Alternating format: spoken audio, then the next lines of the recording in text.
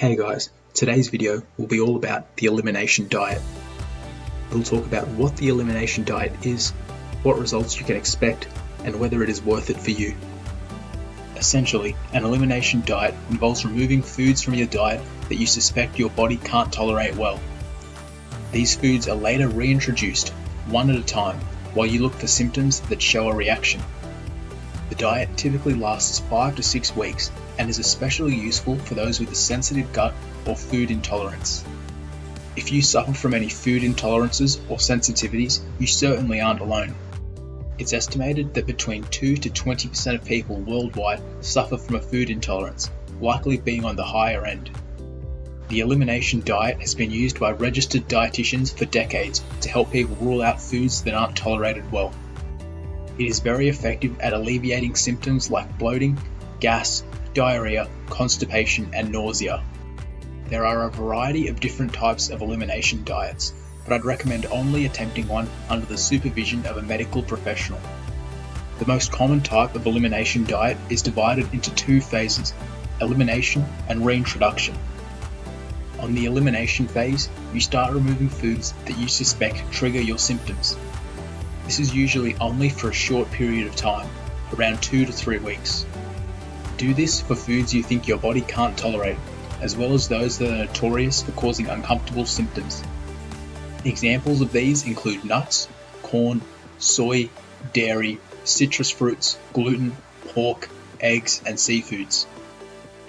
If your symptoms still remain 2 to 3 weeks after removing these foods, you should notify your doctor or dietitian. It's time to move on to the reintroduction phase, where you slowly bring eliminated foods back into your diet. Reintroduce each food group individually over a 2 to 3 day period, while you look out for symptoms. Symptoms to watch include rashes and skin changes, joint pain, migraines, fatigue, difficulty sleeping, bloating, and stomach pain or cramps.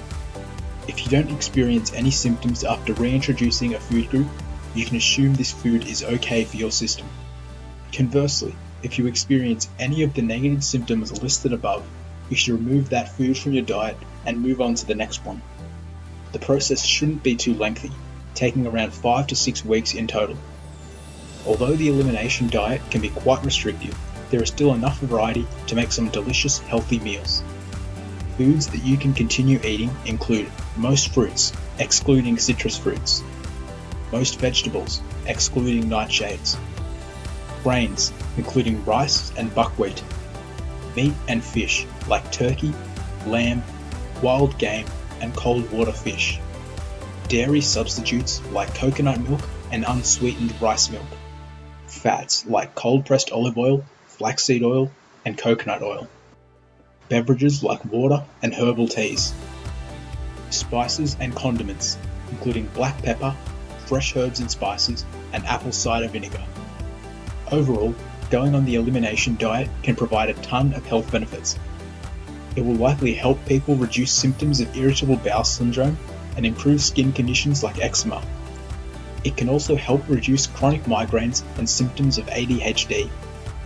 That said, this is only intended as a short to medium term diet for someone suffering from food intolerances, sensitivities, or allergies. If you suffer from one of these conditions, I think the elimination diet is a great place for you to start. After you've gone through 5 to 6 weeks and hopefully identified the food intolerance, you can then move on to a different diet. If you're just after consistent long-term weight loss with no other conditions, I think there are definitely better options out there. You're best off with a high-protein, low-carb diet balanced with regular, moderate physical activity. I find that the keto diet meets these criteria the best and is the diet that I've had the most personal success with. This takes high protein, low carb foods that keep you feeling full and are effective for long-term weight loss. If you're not a meat eater, I think the vegan diet is also a very solid choice. The majority of vegan foods are very low in calories, which can lead to significant weight loss.